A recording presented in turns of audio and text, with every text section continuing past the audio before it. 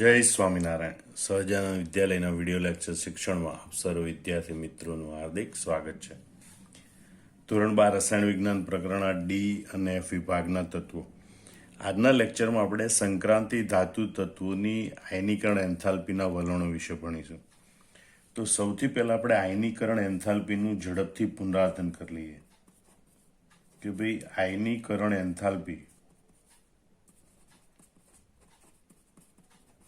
કોને કહેવાય. તો ઝડપથી આપણે એની વ્યાખ્યા આવી રીતે આપણે આપી શકીએ કે ભાઈ વાયુરૂપ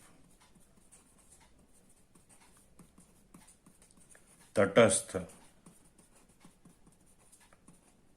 પરમાણુમાંથી એક ઇલેક્ટ્રોન દૂર કરી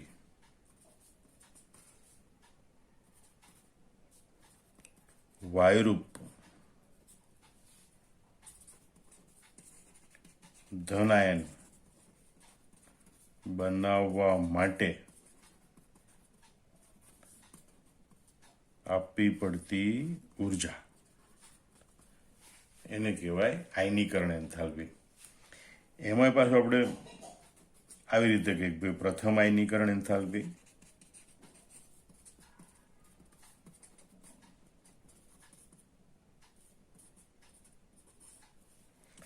ડેલ્ટા IH1 બરોબર. તો એને કોઈ કયા પ્રકારની એન્થાલ્પી કહીએ કે ભાઈ બાહ્યતમ કક્ષાનો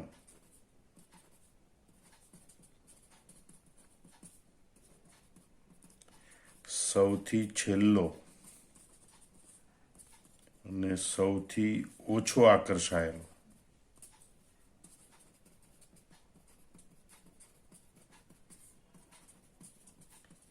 એક ઇલેક્ટ્રોન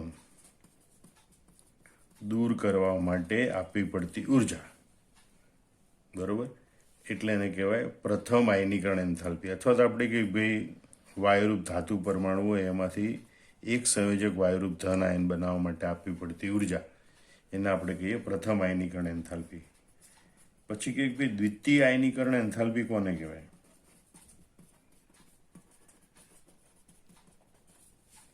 બરોબર. તો જે આ એક સંયોજક ધન આયન બન્યો છે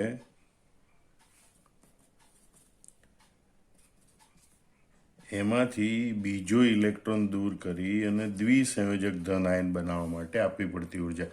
ટૂંકમાં એક સંયોજક ધન આયનમાંથી બીજો ઇલેક્ટ્રોન દૂર કરે દ્વિસંયોજક ધન આયન બનાવવા માટે આપવી પડતી ઉર્જા એટલે દ્વિતીય આયનીકરણ એન્થાલ્પી. તૃતીય આયનીકરણ એન્થાલ્પી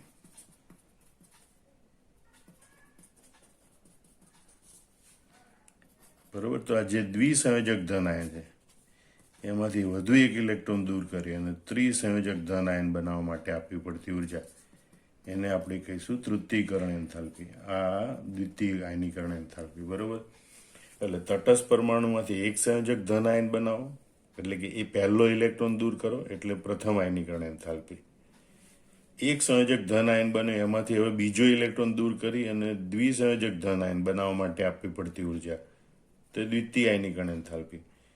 અને દ્વિસંયોજક ધન આયન છે એમાંથી ત્રીજો ઇલેક્ટ્રોન દૂર કરી અને ત્રિસંયોજક ધન આયન બનાવવા માટે આપવી પડતી ઉર્જા એને કહેવાય તૃતીય આયનીકરણ એન્થાલ્પી ડેલ્ટા H3.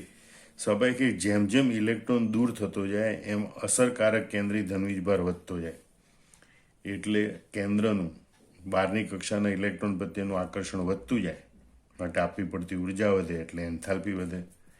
માટે પ્રથમ આયનીકરણ એન્થાલ્પી હોય એના કરતાં હંમેશા દ્વિતીય આયનીકરણ એન્થાલ્પી વધારે હોય એના કરતાં તૃતીય આયનીકરણ એન્થાલ્પીનું મૂલ્ય વધારે હોય છે.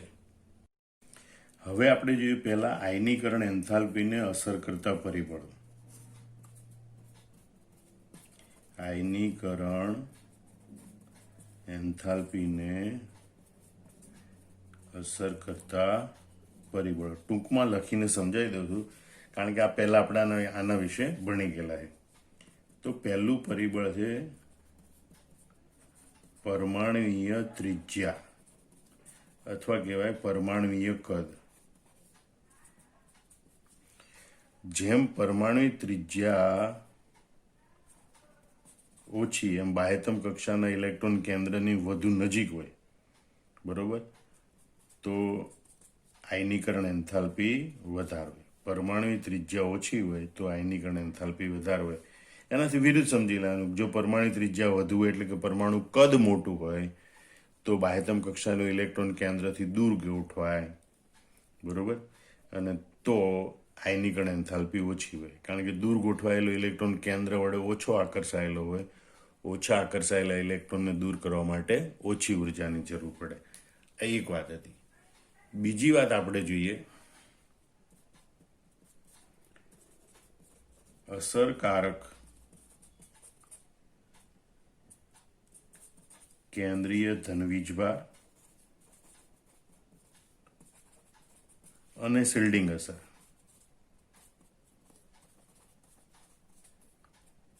આપણે જોયું કે પહેલો ઇલેક્ટ્રોન એક દૂર થાય એટલે બહારની બાજુ ઇલેક્ટ્રોનની સંખ્યા ઘટે, પણ કેન્દ્રમાં ધનવીજભાર એટલો જ હોય.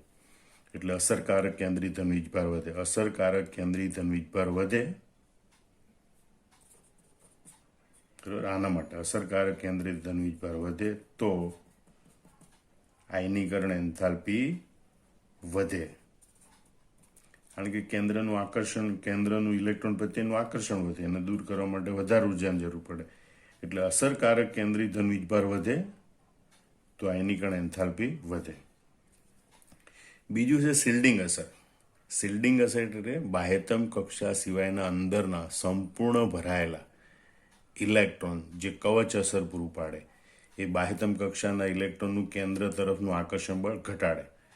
એટલે જો શિલ્ડિંગ અસર વધે તો અસરકારક કેન્દ્રીય ધનવીજભાર ઘટે તો આયનીકરણ એન્થાલ્પી પણ ઘટે, બરોબર. આ બહુ મહત્વની બાબતો યાદ રાખજો. અસરકારક કેન્દ્રીય ધનવીજભાર વધે તો આયનીકરણ એન્થાલ્પી વધે. જો શિલ્ડિંગ અસર વધે તો અસરકારક કેન્દ્રીય ધનવીજભાર ઘટે તો આયનીકરણ એન્થાલ્પી ઘટે. એનાથી વિરુદ્ધ પણ સમજી લેવાનું, બરોબર.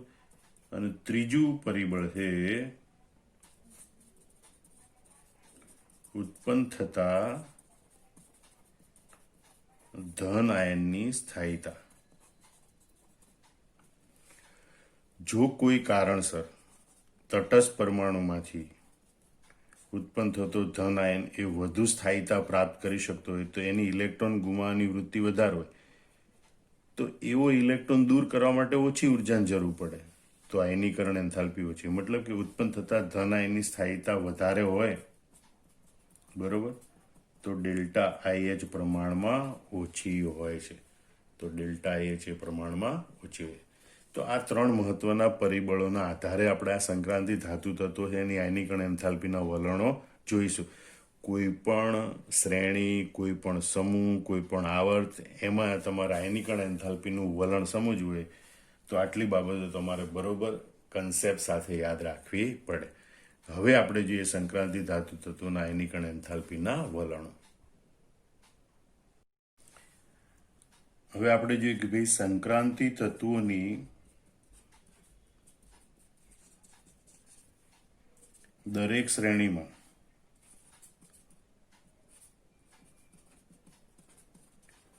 પરમાણુ ક્રમાંક વધે તેમ,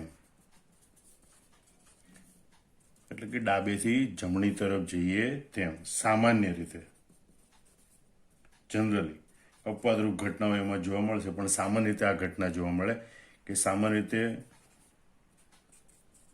પરમાણુની ત્રિજ્યા ઘટે છે અને કેન્દ્રીય ધનવીજભાર વધે છે. અને તેથી આયનીકરણ એન્થાલ્પી ક્રમશઃ વધે છે કોઈ પણ આવર્તમાં. કારણ કે આ શ્રેણીઓ એક પ્રકારની આવર્તમાં જ ગોઠવાયેલી, કોઈ પણ આવર્તમાં આ જ ઘટના જોવા મળે. પરમાણુ ત્રિજ્યા ઘટે, સાથે સાથે કેન્દ્રનો ધનવીજભાર વધતો હોય એટલે કેન્દ્રનું બાહ્યતમ કક્ષાના ઇલેક્ટ્રોન પ્રત્યેનું આકર્ષણ વધે એટલે ઇલેક્ટ્રોનને દૂર કરવા માટે વધારે ઉર્જાની જરૂર પડે, માટે આયનીકરણ એન્થાલ્પી ક્રમશઃ વધે. પણ અહીંયા પરમાણુ ક્રમાંક વધવાની સાથે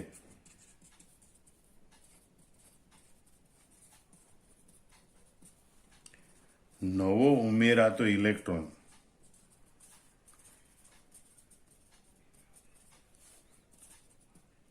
અંદરની 3D કક્ષકમાં દાખલ થાય. બહારની 4s કક્ષક છે, નવો ઉમેરાતો ઇલેક્ટ્રોન અંદરની 3D કક્ષકમાં દાખલ થાય. અને અંદરની કક્ષકમાં ઇલેક્ટ્રોન ઉમેરાય તો શિલ્ડિંગ અસરમાં વધારો કરે. બરોબર. અને તેથી શિલ્ડિંગ અસરમાં ક્રમશઃ થોડો વધારો થતો જાય.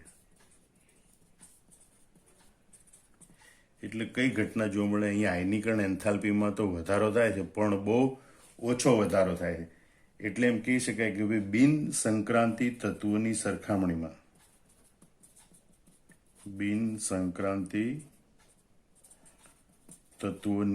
એટલે કે એસ અને પી વિભાગના તત્વોની સરખામણીમાં બિન સંક્રાંતિ તત્વોની સરખામણીમાં આ સંક્રાંતિ તત્વોની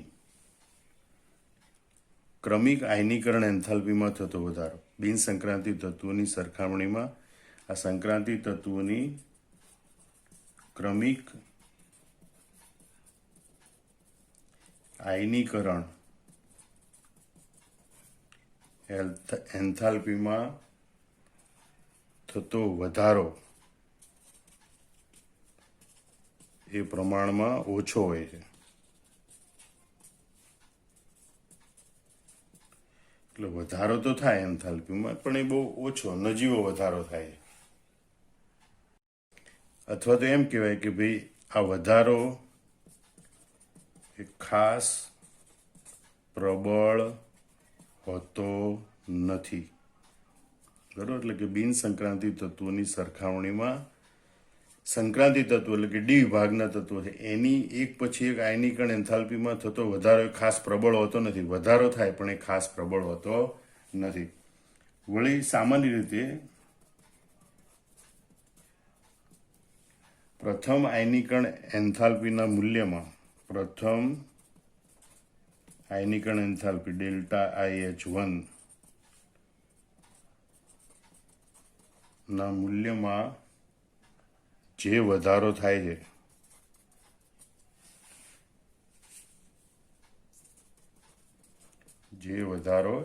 એના કરતા દ્વિતીય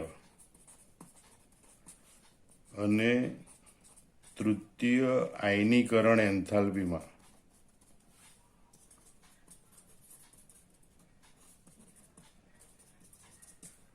થતો વધારો વિશેષ હોય છે. એટલે પ્રથમ આયનીકરણ એન્થાલ્પીમાં 50 કિલોજૂલ કે એટલી ઉર્જા વધતી હોય તો દ્વિતીય તૃતીય આયનીકરણ એન્થાલ્પીમાં 100-200 કિલોજૂલ ઉર્જા વધતી હોય. જો આપણે એની માહિતીનું જે કોષ્ટક આપેલું છે એ કોષ્ટક ઉપરથી આપણે જોઈએ. જો સ્કેન્ડિયમથી ટિટેનિયમ પ્રથમ આયનીકરણ એન્થાલ્પી 631 કિલોજૂલથી 656 થાય. એટલે કે આયનીકરણ એન્થાલ્પીમાં આશરે 25 કિલોજૂલ પ્રતિ જેટલો વધારો થાય. જ્યારે દ્વિતીય આયનીકરણ એન્થાલ્પીમાં 1235 થી 1309 એટલે કે 64 કિલોજૂલ પ્રતિ જેટલી ઉર્જા વધે. જ્યારે તૃતીય આયનીકરણ એન્થાલ્પી 264 જેટલી વધે.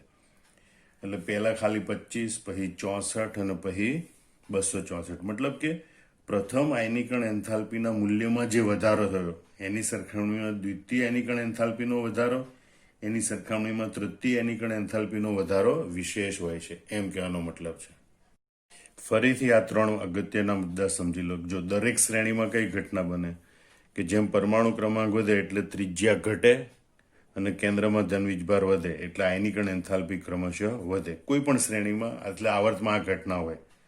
બરોબર. પણ એ 3D કે 4D સંક્રાંતિ શ્રેણીમાં બીજું કયું થાય કે ભાઈ પરમાણુ ક્રમાંક વધવાની સાથે નવો ઉમેરાતો ઇલેક્ટ્રોન અંદરની 3D દ્વિતીય સંક્રાંતિ શ્રેણી હોય તો 4D, તૃતીય હોય તો 5D કક્ષકમાં અંદરની કક્ષકમાં દાખલ થાય. અંદરની કક્ષકમાં જો ઇલેક્ટ્રોન દાખલ થાય તો એ શિલ્ડિંગ અસરમાં ક્રમશઃ થોડો વધારો કરતો જાય. અને એટલે જે એસ અને પી વિભાગના બિન સંક્રાંતિ તત્વો છે એની સરખામણીમાં આ સંક્રાંતિ તત્વો છે એની ક્રમિક આયનીકરણ એન્થાલ્પીમાં થતો વધારો એ ખાસ પ્રબળ હોતો નથી. બરોબર. એટલે કે એ વધારો પ્રમાણમાં ઓછો, વધે ખરું પણ થોડું વધે. બીજું, સામાન્ય રીતે પ્રથમ આયનીકરણ એન્થાલ્પીમાં જે વધારો થાય એના કરતાં દ્વિતીય આયનીકરણ એન્થાલ્પીમાં થતો વધારો એના કરતાં તૃતીય આયનીકરણ એન્થાલ્પીમાં થતો વધારો વિશેષ હોય છે. હવે અહીંયા આ મુદ્દા ઉપરથી આપણને એક આવું કારણ પૂછી શકે. કારણ આપો કે 3D શ્રેણીના તત્વોમાં આયનીકરણ ઉર્જા નજીવી માત્રામાં વધે છે ખરી, પણ નજીવી માત્રામાં વધે. તો આપણે જે ભાઈ 3D શ્રેણીમાં પરમાણુ ક્રમાંક વધે તેમ, એટલે કે સ્કેન્ડિયમથી ઝિંક તરફ જતા બે ઘટના બને. એક કેન્દ્રમાં ધનવીજભાર વધે, બીજું નવો ઉમેરાતો ઇલેક્ટ્રોન આંતરિક 3D કક્ષકમાં ઉમેરાય. હવે એની ખાસિયત આપણે જોઈએ કે ભાઈ 4s કક્ષકના ઇલેક્ટ્રોન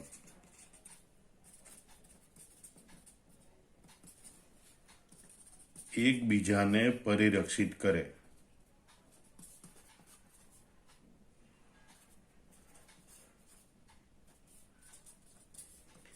તેની સરખામણીમાં 3D કક્ષકના ઇલેક્ટ્રોન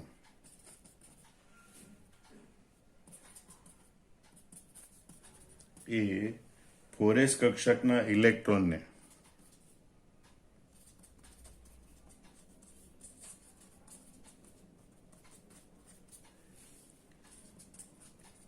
કેન્દ્રીય ધનવીજભારના વધારા સામે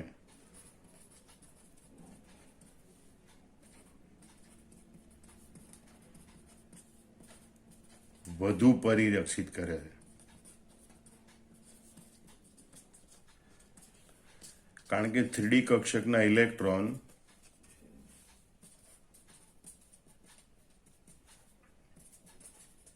કેન્દ્રની વધુ નજીક હોય છે. એટલે સમજો 4s કક્ષકના ઇલેક્ટ્રોન એક જ કક્ષકમાં હોવાથી એકબીજાને અપાકર્ષિત કરી અને કેન્દ્રના ધનવીજભાર સામે પોતાનું આકર્ષણ બળ થોડું ઘટાડવાનો પ્રયત્ન કરે, એટલે કે એકબીજાને પરિરક્ષિત કરે. 4s કક્ષકના ઇલેક્ટ્રોન એકબીજાને પરિરક્ષિત કરે એની સરખામણીમાં 3D કક્ષકના ઇલેક્ટ્રોન છે એ 4s કક્ષકના ઇલેક્ટ્રોનને કેન્દ્રીય ધનવીજભારના સામે વધુ પરિરક્ષિત કરે. એટલે કે કેન્દ્રીય ધનવીજભારમાં જે વધારો થાય એના કારણે 4s કક્ષકના ઇલેક્ટ્રોન પર જે આકર્ષણ બળ વધવું જોઈએ એ એટલું બધું વધવા ના દે. બરોબર? કારણ કે 3D કક્ષકના ઇલેક્ટ્રોન કેન્દ્રથી વધુ નજીક હોય એટલે એ આકર્ષણ બળ પોતે ખેંચી લે. એટલે આ વાત યાદ રાખજો. 4s કક્ષકના ઇલેક્ટ્રોન એકબીજાને પરિરક્ષિત કરે એની સરખામણીમાં 3D કક્ષકના ઇલેક્ટ્રોન એ 4s કક્ષકના ઇલેક્ટ્રોનને કેન્દ્રીય ધનવીજભારના વધારા સામે વધુ પરિરક્ષિત કરે છે. અને તેથી અસરકારક કેન્દ્રીય ધનવીજભાર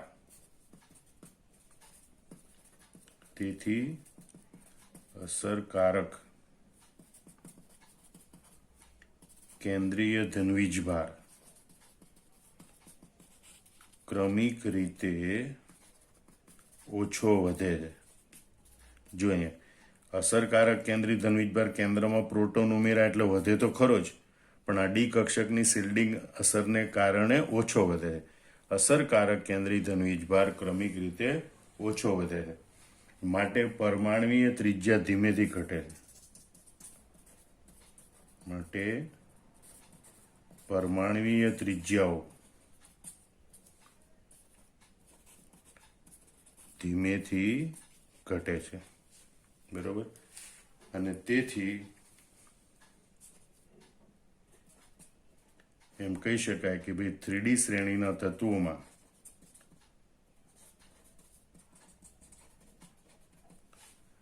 આયનીકરણ ઉર્જા, ખાસ કરીને પ્રથમ આયનીકરણ ઉર્જા એ નજીવી માત્રામાં વધે છે. હવે એમાં કયું પરિબળ ભાગ ભજવી ગયું? ઇલેક્ટ્રોન જે અંદરની 3D કક્ષકમાં ઉમેરાય છે, કારણ કે એના કારણે પેલી શિલ્ડિંગ અસર વધતી જાય. બરોબર? એના કારણે આ ઘટના જોવા મળે છે. એટલે તમે સમજો કે ભાઈ આ શિલ્ડિંગ અસરને કારણે શું થાય? અસરકારક કેન્દ્રીય ધનવીજભાર ક્રમિક રીતે ઓછો વધે. એટલે પરમાણુ ત્રિજ્યા ઘટે ખરી પણ ધીમેથી ઘટે. અને એટલે આયનીકરણ ઉર્જા વધે ખરી પણ એ નજીવી માત્રામાં વધે છે.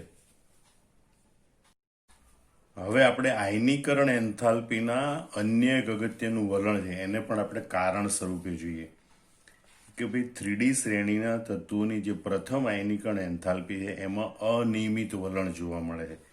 એટલે કે પ્રથમ આયનીકરણ એન્થાલ્પીની રાસાયણિક અર્થ સૂચકતા ઓછી છે. પહેલાં તો આ કોષ્ટકના મૂલ્યો ઉપરથી આપણે જોઈએ.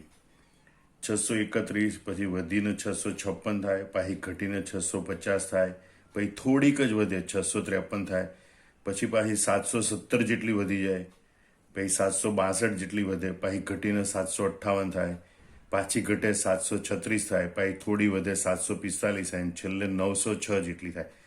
તમે જો પ્રથમ આયનીકરણ એન્થાલ્પીમાં ખૂબ જ અનિયમિત વલણ જોવા મળે છે, બરોબર. તો એનું કારણ આપણે સમજવાનું છે. તો સૌથી પહેલાં તો આપણે સમજીએ કે ભાઈની ઇલેક્ટ્રોન રચના આ પ્રમાણેની હોય, બરોબર. આર્ગોન કમ્પ્લીટ, પછી 3D કક્ષકમાં ઇલેક્ટ્રોન હોય જેનું ટપકા સ્વરૂપે હાલ પૂરતું દર્શાવું છું ભાઈ, બરોબર. અને પછી 4s કક્ષકમાં 2 ઇલેક્ટ્રોન હોય અથવા ઘણી વખત 1 ઇલેક્ટ્રોન હોય. તો પ્રથમ આયનીકરણ વખતે આ 4s કક્ષકનો 1 ઇલેક્ટ્રોન દૂર થાય, સમજો બરોબર. પ્રથમ આયનીકરણ વખતે આ 4s કક્ષકનો 1 ઇલેક્ટ્રોન દૂર થાય. જેવો આ 1 ઇલેક્ટ્રોન દૂર થાય એટલે આ 3D અને 4s કક્ષકો વચ્ચેની સાપેક્ષ ઉર્જામાં ફેરફાર થાય, બરોબર.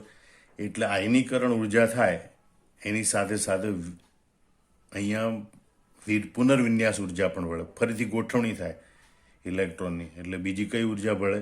પુનર્વિન્યાસ ઉર્જા. કારણ કે ઇલેક્ટ્રોન નજીક આવે, વધુ આકર્ષાય, એટલે આયનીકરણ માટે આપવી પડતી ઉર્જા અને પુનર્વિન્યાસ થાય ત્યારે મુક્ત થતી ઉર્જા, એ બંને ઉર્જા એકબીજાને બાદ કરે, એટલે ઉર્જામાં ઘણો ફેરફાર થાય, બરોબર. એટલે સમજો કે 4s કક્ષકનો 1 ઇલેક્ટ્રોન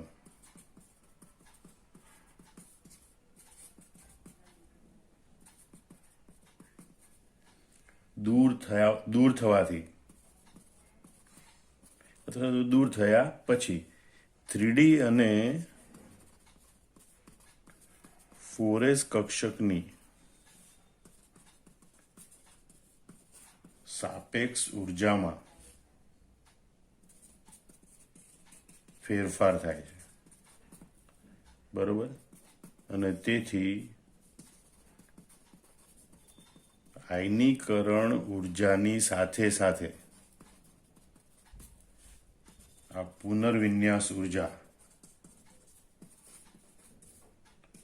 પણ ભળે છે. ઇલેક્ટ્રોનને દૂર કરવા માટેની ઉર્જા આયનીકરણ ઉર્જા અને ઇલેક્ટ્રોનની આ ગોઠવણી થાય અહીંયાથી અહીંયા, ત્યારે જે ઉર્જાનો ફેરફાર થાય એ પુનર્વિન્યાસ ઉર્જા. એટલે જેવી 3D અને 4s કક્ષકની સાપેક્ષ ઉર્જામાં ફેરફાર થાય એટલે 4s કક્ષકનું ઇલેક્ટ્રોન છે, બરોબર, એ ક્યાં 3D કક્ષકમાં સ્થાનાંતર પામે. એટલે આ પુનર્વિન્યાસ ઉર્જા ભળે એના કારણે શું થાય કે ભાઈ તેથી 4s કક્ષકનો 1 ઇલેક્ટ્રોન એ 3D કક્ષકમાં સ્થાનાંતરણ પામે છે, જે જુદા જુદા પ્રકારની 3D કક્ષકમાં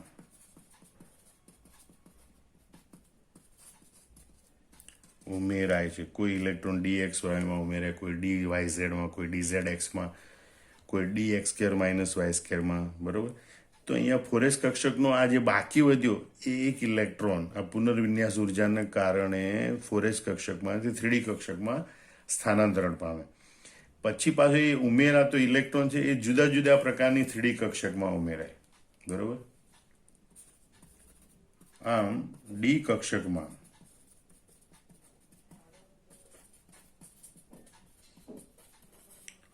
ઇલેક્ટ્રોનની સંખ્યા વધવાથી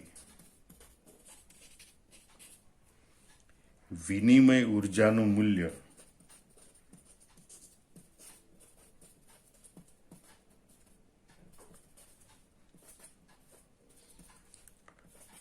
જુદા જુદા પ્રમાણમાં મુક્ત થાય છે, બરોબર. હવે એની સાથે ત્રીજી ઉર્જા ભળે વિનિમય ઉર્જા. એટલે કે માનો કે અહીંયા 1 ઇલેક્ટ્રોન હોય, બીજો ઇલેક્ટ્રોન હોય, ત્યારે આ 2 ઇલેક્ટ્રોનને કારણે ઉત્પન્ન થતી વિનિમય ઉર્જા હોય. ત્રીજો ઇલેક્ટ્રોન અહીંયા ભળાય છે 1 ઇલેક્ટ્રોન દૂર થયા પછી, તો અહીંયા 3 ઇલેક્ટ્રોન વચ્ચે 3 વિનિમય ઉર્જા હોય. પહેલા બીજા ઇલેક્ટ્રોનની વિનિમય ઉર્જા, બીજા ત્રીજા ઇલેક્ટ્રોનની વિનિમય ઉર્જા અને પહેલા ત્રીજા ઇલેક્ટ્રોનની વિનિમય ઉર્જા. એટલે વિનિમય ઉર્જા અહીંયા દરેક વખતે નવો ઇલેક્ટ્રોન 4s કક્ષકનો ઇલેક્ટ્રોન 3d કક્ષકમાં આવે એટલે વિનિમય ઉર્જા છે જુદા જુદા પ્રમાણમાં મુક્ત થાય. બરોબર. અને તેથી 3D શ્રેણીના તત્વોની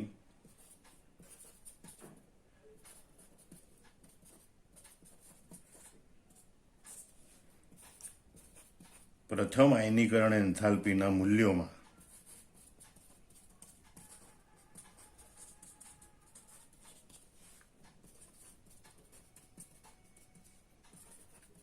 અનિયમિત વલણ જોવા મળે છે.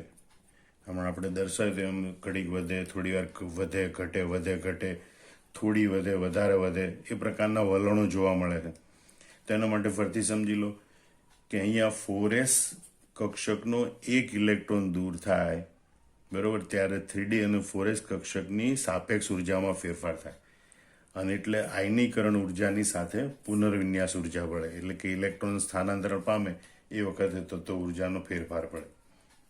બીજી વાત કે 4s કક્ષકનો 1 ઇલેક્ટ્રોન 3D કક્ષકમાં સ્થાનાંતરણ પામે ત્યારે જુદા જુદા પ્રકારની 3D કક્ષકમાં અહીંયા ઉમેરાઈ શકે. બરોબર.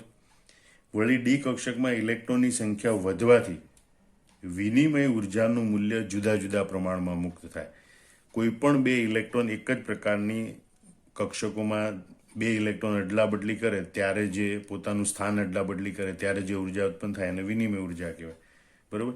તો જેવો ઇલેક્ટ્રોન 3D કક્ષકમાં ઉમેરાય 3D કક્ષકમાં ઇલેક્ટ્રોનની સંખ્યા વધે એટલે આ વિનિમય ઉર્જા એ જુદા જુદા પ્રમાણમાં મુક્ત થાય. જેટલા વિનિમય થાય એ પ્રમાણે જુદા જુદા પ્રમાણમાં ઉર્જા મુક્ત થાય.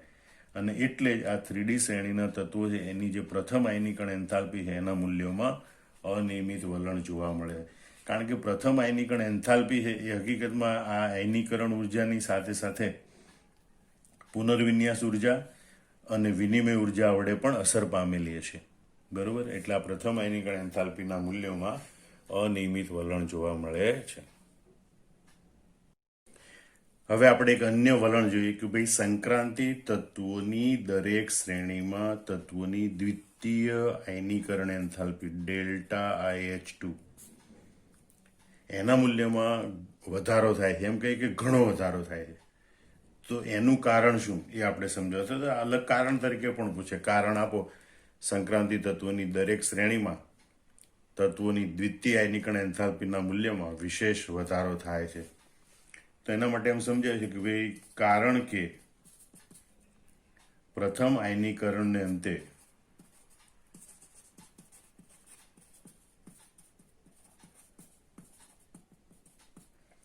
પોરેસ કક્ષકનો જે બાકી 1 ઇલેક્ટ્રોન વધે એ 3D કક્ષકમાં સ્થાનાંતરણ પામે છે. પ્રથમ આયનીકરણને અંતે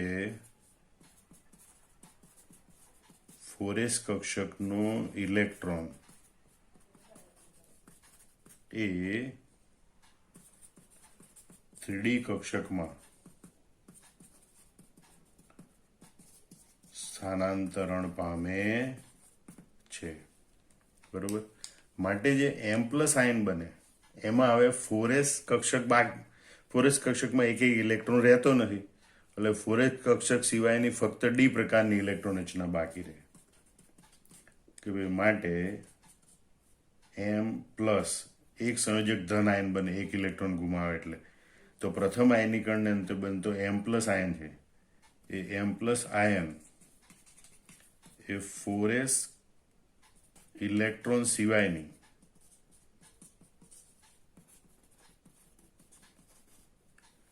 Dn ઇલેક્ટ્રોન રચના ધરાવે છે. એટલે M+ આયન હશે એની ઇલેક્ટ્રોન રચના આર્ગોન કમ્પ્લીટ 3Dn પ્રકારની છે. એમાં 4s ઇલેક્ટ્રોન હશે નહીં. બરોબર. હવે ડી કક્ષકોની જુદી જુદી દિશા હોય છે. એના કારણે એક ડી ઇલેક્ટ્રોન બીજા ડી ઇલેક્ટ્રોનના કેન્દ્રીય ધન વીજભાર સામે બહુ રક્ષણ આપી શકતો નથી, એટલે કે બહુ જાજુ શિલ્ડિંગ કરી શકતો નથી. જ્યારે ડી કક્ષક બાહ્ય કક્ષક તરીકે હોય ત્યારે તો ડી કક્ષકોની જુદી જુદી દિશાને કારણે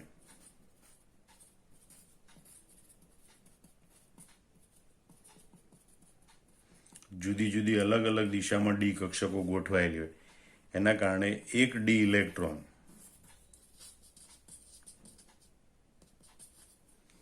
બીજા ડી ઇલેક્ટ્રોનને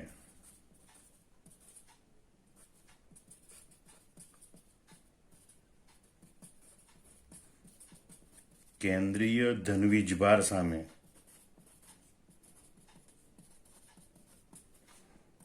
પરિરક્ષિત કરી શકતો નથી, એટલે કે એનું શિલ્ડિંગ કરી શકતો નથી.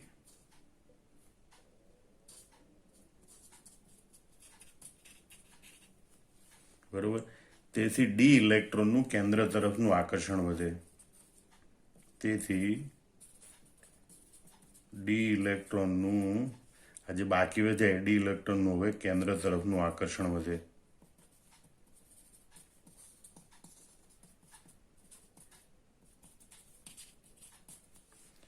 અને માટે એમ કરીને આ વાક્ય લખાય કે સંક્રાંતિ તત્વની દરેક શ્રેણીમાં તત્વની દ્વિતીય આયનીકરણ એન્થાલ્પીના મૂલ્યમાં વધારો થાય. ફરીથી આખી વાત સમજી લો કે ભાઈ પ્રથમ આયનીકરણ થાય એટલે 4s કક્ષકનો જે બાકીનો એક ઇલેક્ટ્રોન વધ્યો હોય એ પુનર્વિન્યાસ ઉર્જાને કારણે 3D કક્ષકમાં જતો રહે. બરોબર. એટલે 4s કક્ષકનો ઇલેક્ટ્રોન 3D કક્ષકમાં સ્થાનાંતરણ પામે. એટલે હવે જે એક સંયોજક M+ આયન બન્યું એમાં 4s ઇલેક્ટ્રોન રહેતા નથી, એટલે 4s ઇલેક્ટ્રોન સિવાયની Dn ઇલેક્ટ્રોન રચના એ પ્રાપ્ત કરે. બરોબર. M+ argon complete 3Dn.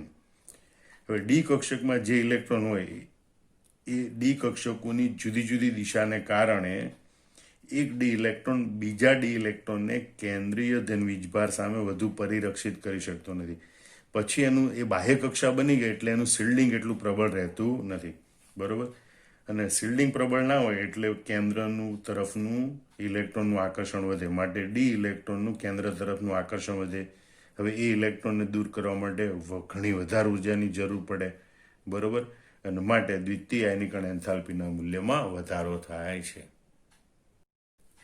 Dn electron રચના માટે આયનીકરણ એન્થાલ્પીમાં થતા વિચલનનું અર્થઘટન. Dn એટલે 4s કક્ષકમાં ઇલેક્ટ્રોન જતા રહ્યા પછી હવે બાકી વધેલી ઇલેક્ટ્રોન રચના એટલે Dn ઇલેક્ટ્રોન રચના. હવે એની આયનીકરણ એન્થાલ્પીમાં પણ ઘણી વખત વિચલન જોવા મળે છે. એ વિચલન થવાનું કારણ શું એ આપણે સમજાવવાનું છે. બરોબર. એમાં એટલે કે એના કારણે આયનીકરણ એન્થાલ્પીમાં ઘણી વખત અપવાદરૂપ ઘટના જોવા મળે છે. તો Dn પ્રકારની ઇલેક્ટ્રોન. તો ભાઈ આયનીકરણ એન્થાલ્પી માટે 3 પરિબળો જવાબદાર છે.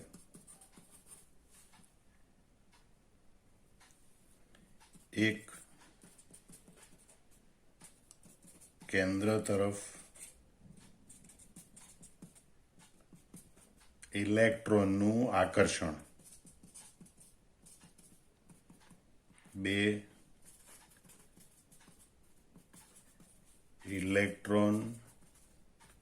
ઇલેક્ટ્રોન અપાકર્ષણ. અને 3, વિનિમય ઉર્જા. એ પૈકી ઉર્જા સ્તરના સ્થાયીકરણ માટે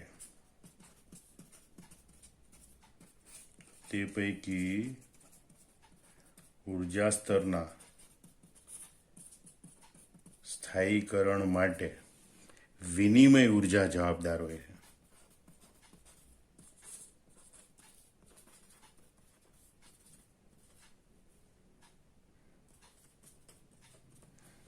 એટલે ઉર્જા સ્તર કેટલું સ્થાયી થશે, વધુ સ્થાયી થશે કે ઓછું સ્થાયી થશે, એના માટે વિનિમય ઉર્જા જવાબદાર છે. વિનિમય ઉર્જા એટલે આ જે સમાન ઉર્જા ધરાવતી કક્ષકમાં ઇલેક્ટ્રોન હોય, આ ઇલેક્ટ્રોન પોતાનું સ્થાન અહીંયા અને આ ઇલેક્ટ્રોન અહીંયા બદલે એ દરમિયાન જે ઉર્જા ઉત્પન્ન થાય એને કહેવાય વિનિમય ઉર્જા. દરેક 2 ઇલેક્ટ્રોન દીઠ આ ઇલેક્ટ્રોન પોતાના સ્થાન બદલે, પછી આ ઇલેક્ટ્રોન પોતાનું સ્થાન બદલે, તો એ ઇલેક્ટ્રોન પોતાના સ્થાન બદલે એ દરમિયાન ઉત્પન્ન થતી ઉર્જા એટલે વિનિમય ઉર્જા. બરોબર.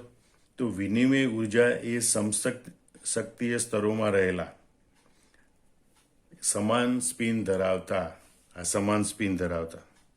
બરોબર ઇલેક્ટ્રોન યુગ્મની સંખ્યાના સમપ્રમાણમાં હોય એટલે વિનિમય ઉર્જા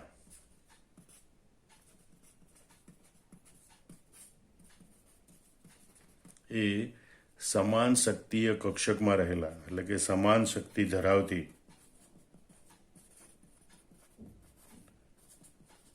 કક્ષકોમાં રહેલા બરોબર તેમજ સમાન સ્પિન ધરાવતા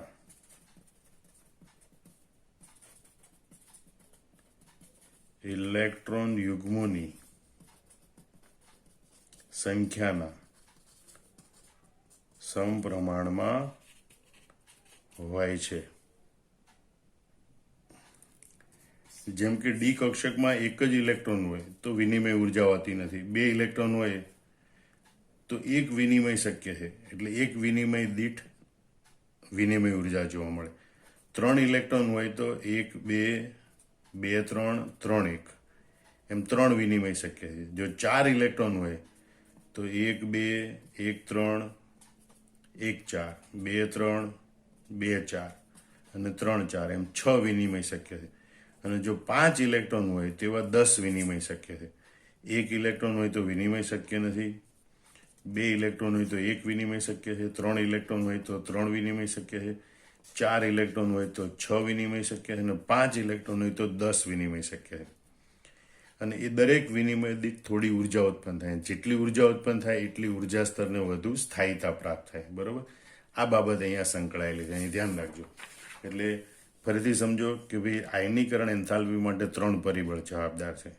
કેન્દ્ર તરફ ઇલેક્ટ્રોનનું આકર્ષણ, ઇલેક્ટ્રોન અપાકર્ષણ અને વિનિમય ઉર્જા.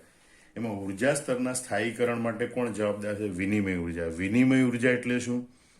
કે સમાન શક્તિ ધરાવતી કક્ષકો છે એમાં જે સમાન સ્પિન ધરાવતા ઇલેક્ટ્રોન હોય બરોબર એના એ ઇલેક્ટ્રોન યુગ્મોની સંખ્યાના સમપ્રમાણમાં હોય છે. અને એટલે જ મહત્તમ અયુગ્મિત ઇલેક્ટ્રોન ધરાવતી એટલે D5 રચના. ડી કક્ષકમાં 5 ઇલેક્ટ્રોન હોય એ મહત્તમ અયુગ્મિત ઇલેક્ટ્રોન ધરાવતી રચના હોય છે. બરાબર, મહત્તમ અયુગ્મિત ઇલેક્ટ્રોન ધરાવતી રચના એ ન્યૂનતમ ઉર્જા દર્શાવે છે.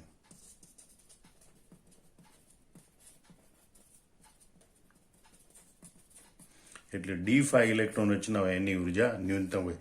હવે એમાં 1 ઇલેક્ટ્રોન ઉમેરાય જો D6 ઇલેક્ટ્રોન રચના પ્રાપ્ત થાય તો D6 ઇલેક્ટ્રોન રચના પ્રાપ્ત થાય તો પછી હવે અયુગ્મિત ઇલેક્ટ્રોનની સંખ્યા ઘટે એટલે વિનિમય ઉર્જામાં ઘટાડો થતો નથી. D6 ઇલેક્ટ્રોન રચના પ્રાપ્ત થાય તો વિનિમય ઉર્જામાં ઘટાડો થતો નથી. એટલે કે D1 થી D2, D2 થી D3 અને એમ D5 ઇલેક્ટ્રોન રચના પ્રાપ્ત થાય બરોબર તો ન્યૂનતમ ઉર્જા થાય તો વિનિમય ઉર્જામાં ઘટાડો થાય તો વધુ સ્થાયીતા પ્રાપ્ત થાય. પણ D6 ઇલેક્ટ્રોન રચના પ્રાપ્ત થાય તો વિનિમય ઉર્જામાં ખાસ ઘટાડો થતો નથી. હવે આપણે એના ઉદાહરણ જોઈએ કે ભાઈ આ D6 ઇલેક્ટ્રોન રચનામાં વિનિમય ઉર્જામાં ઘટાડો થતો નથી પણ D5 ઇલેક્ટ્રોન રચના હોય તો એમાં વિનિમય ઉર્જાનો મોટો ઘટાડો થાય એટલે D5 ઇલેક્ટ્રોન રચના છે એ વધુ સ્થાયી હોય છે. આપણે જોઈએ કે ભાઈ Mn પ્લસ ની ઇલેક્ટ્રોન રચના 3d5 4s1 છે બરોબર, અથવા તો 4s કક્ષકનો ઇલેક્ટ્રોન 3d5 માં જાય તો 3d6 પ્રકારની થાય. જ્યારે Cr પ્લસની ઇલેક્ટ્રોન રચના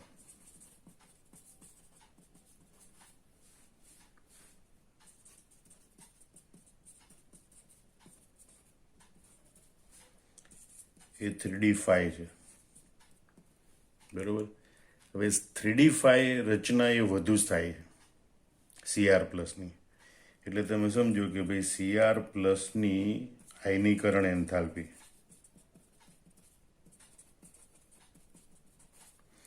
અથવા એમ કહેવાય કે ભાઈ ક્રોમિયમની દ્વિતીય આયનીકરણ એન્થાલ્પી એ વધુ હોય છે.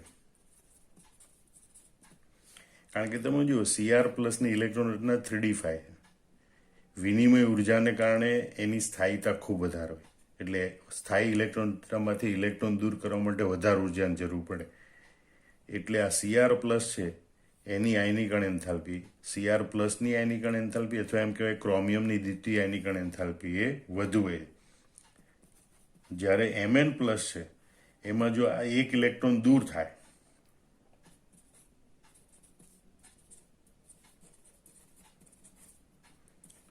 વધુ સ્થાયી એવી 3d5 રચના પ્રાપ્ત થાય.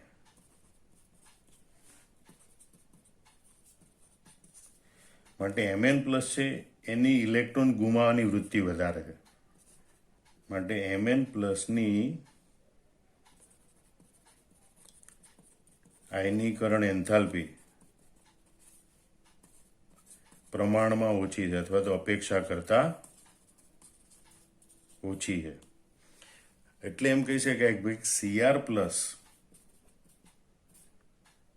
ની આયનીકરણ એન્થાલ્પી અથવા એમ કહેવાય ભાઈ ક્રોમિયમની દ્વિતીય આયનીકરણ એન્થાલ્પી એ તેના પડોશી તત્વો કરતા વધુ હોય છે. એની સામે Mn પ્લસ અથવા કહેવાય ભાઈ મેંગેનીઝની દ્વિતીય આયનીકરણ એન્થાલ્પી એના પડોશી તત્વો કરતા ઓછી હોય છે, જે તમે આ મૂલ્યોમાં જોઈ શકો છો. બરોબર કે ભાઈ ક્રોમિયમની દ્વિતીય આયનીકરણ એન્થાલ્પી એના પડોશી તત્વો કરતાં વધારે છે. 1592 એ 1414 અને 1509 કરતાં વધારે છે. જ્યારે Mnની દ્વિતીય આયનીકરણ એન્થાલ્પી બરોબર એના પડોશી તત્વો કરતાં ઓછી છે. 1592 1561 આ મૂલ્યો પરથી પણ તમે જોઈ શકો છો અને ઇલેક્ટ્રોન રચનાના આધારે પણ તમે સમજાવી શકો. ફરીથી સમજો કે ભાઈ Mnની ઇલેક્ટ્રોન રચના 3d5 4s1 છે, Crની ઇલેક્ટ્રોન રચના 3d5 છે. 3d5 રચના વધુ સ્થાયી હોય, મહત્તમ અયુગ્મિત ઇલેક્ટ્રોન ધરાવતી રચના છે. ડી કક્ષકમાં 5 અયુગ્મિત ઇલેક્ટ્રોન હોય અને માટે Cr પ્લસ છે હવે એમાંથી ઇલેક્ટ્રોન દૂર કરવો મુશ્કેલ, વધારે ઉર્જા આપવી પડે. માટે Cr પ્લસની આયનીકરણ એન્થાલ્પી વધારે હોય. જ્યારે Mn પ્લસની ઇલેક્ટ્રોન 3d5 4s1 છે, જો એમાંથી એક ઇલેક્ટ્રોન દૂર થાય તો વધુ સ્થાયી આયન પ્રાપ્ત થાય, એટલે ઉત્પન્ન થતા આયનની સ્થાયીતા વધુ હોય તો આ ઇલેક્ટ્રોન દૂર કરવો સરળ, એ દૂર કરવા માટે ઓછી ઉર્જાની જરૂર પડે. બરોબર એટલે એમ કહેવાય કે ભાઈ Mn પ્લસ એક ઇલેક્ટ્રોન દૂર થવાથી, Mn પ્લસમાંથી એક ઇલેક્ટ્રોન દૂર થવાથી વધુ સ્થાયી 3d5 રચના પ્રાપ્ત થાય. અને માટે Mn પ્લસની આયનીકરણ એન્થાલ્પી પ્રમાણમાં ઓછી, એટલે કે Mnની દ્વિતીય આયનીકરણ એન્થાલ્પી એના પડોશી તત્વો કરતાં ઓછી હોય. એ જ રીતે આપણે બીજું ઉદાહરણ જોઈએ કે ભાઈ Fe2 પ્લસ ની ઇલેક્ટ્રોન રચના d6 છે. બરોબર જ્યારે Mn2 પ્લસ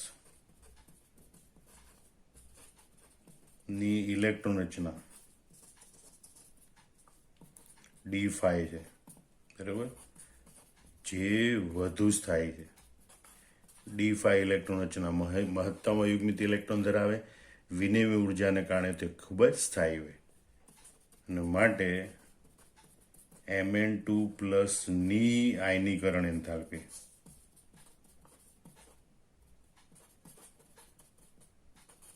બરોબર અથવા તો Mn2 પ્લસ એમાંથી ત્રીજો ઇલેક્ટ્રોન દૂર કરવા માટેની એન્થાલ્પી, એટલે કે Mn2 પ્લસ અથવા તો એમ કહેવાય કે ભાઈ Mnની તૃતીય આયનીકરણ એન્થાલ્પી બરોબર એ પ્રમાણમાં વધુ હોય છે. અથવા તો એમ કહેવાય કે ભાઈ Mn મેંગેનીઝની તૃતીય આયનીકરણ એન્થાલ્પી એના પડોશી તત્વો કરતાં વધુ હોય છે. જ્યારે Fe2 પ્લસ છે એની આયનીકરણ એન્થાલ્પી પ્રમાણમાં ઓછી હોય છે.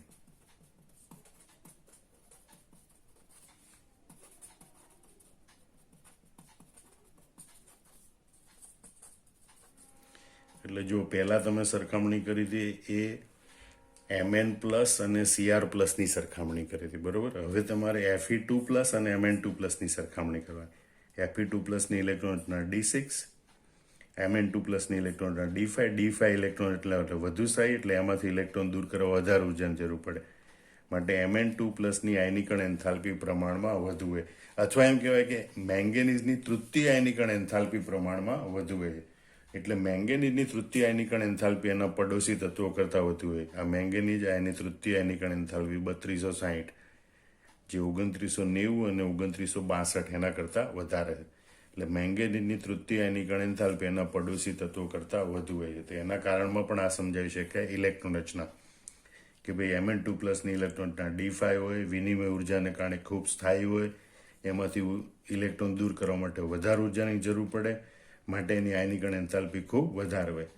આમ Mn2 પ્લસની આયનીકરણ એન્થાલ્પી વધુ હોય એમ કહેવાય, અથવા તો એમ કહેવાય કે ભાઈ મેંગેનીઝની તૃતીય આયનીકરણ એન્થાલ્પી એના પડોશી તત્વો કરતાં વધુ હોય, જ્યારે Fe2 પ્લસની આયનીકરણ એન્થાલ્પી પ્રમાણમાં ઓછી હોય. કારણ કે આ D6માંથી એક ઇલેક્ટ્રોન દૂર થાય તો વધુ સ્થાયી એવી D5 ઇલેક્ટ્રોન રચના પ્રાપ્ત થાય, બરોબર. માટે Fe2 પ્લસની આયનીકરણ એન્થાલ્પી પ્રમાણમાં ઓછી હોય, અથવા એમ કહેવાય કે Fe2 પ્લસની આયનીકરણ એન્થાલ્પી પડોશી તત્વો કરતાં ઓછી હોય, કારણ કે વધુ સ્થાયી ઇલેક્ટ્રોન રચના પ્રાપ્ત કરવા માટે એક ઇલેક્ટ્રોન સહેલાઈથી દૂર કરે, એના માટે ઓછી ઉર્જાની જરૂર પડે. એટલે તમે જોઈ શકો છો કે ભાઈ Feની તૃતીય આયનીકરણ એન્થાલ્પી 2962 એના પડોશી તત્વો કરતાં ઓછી હોય છે. એટલે ઘણી વખત આ રીતે આમાંથી આપણને MCQ બનાવીને વધારે પૂછી શકે. એ રીતે એક પૂછે છે કે ભાઈ Cu પ્લસ ની આયનીકરણ એન્થાલ્પી વધારે હોય, અથવા તેમ કહેવાય કોપરની દ્વિતીય આયનીકરણ એન્થાલ્પી વધારે હોય, અથવા તો એમ કહેવાય પડોશી તત્વો કરતાં વધુ હોય. કોપરની દ્વિતીય આયનીકરણ એન્થાલ્પી અથવા કહેવાય Cu પ્લસની આયનીકરણ એન્થાલ્પી. તો Cu પ્લસની ઇલેક્ટ્રોન રચના આર્ગોન કમ્પ્લીટ 3d10 છે, બરોબર, જેમાં ડી કક્ષક સંપૂર્ણ ભરાયેલી છે, ખૂબ સ્થાયી ઇલેક્ટ્રોન રચના હોય, એમાંથી ઇલેક્ટ્રોન દૂર કરવા માટે વધારે ઉર્જાની જરૂર પડે, અને માટે કોપરની દ્વિતીય આયનીકરણ એન્થાલ્પી એના પડોશી તત્વો કરતાં વધારે હોય છે, બરોબર. તમે એનું મૂલ્ય જોઈ શકો. કોપરની દ્વિતીય આયનીકરણ એન્થાલ્પી 1958, જેના પડોશી તત્વો કરતાં ઘણી વધારે હોય છે. કારણ કે Cu પ્લસની ઇલેક્ટ્રોન રચના 3d10 છે, ડી કક્ષક સંપૂર્ણ ભરાયેલી છે, ખૂબ સ્થાયી રચના હોય, એમાંથી ઇલેક્ટ્રોન દૂર કરવા માટે વધારે ઉર્જાની જરૂર પડે, માટે કોપરની દ્વિતીય આયનીકરણ એન્થાલ્પી એના પડોશી તત્વો કરતાં વધારે હોય. અથવા એમ કહેવાય કે Cu પ્લસની આયનીકરણ એન્થાલ્પી એની અપેક્ષા કરતાં વધારે હોય છે.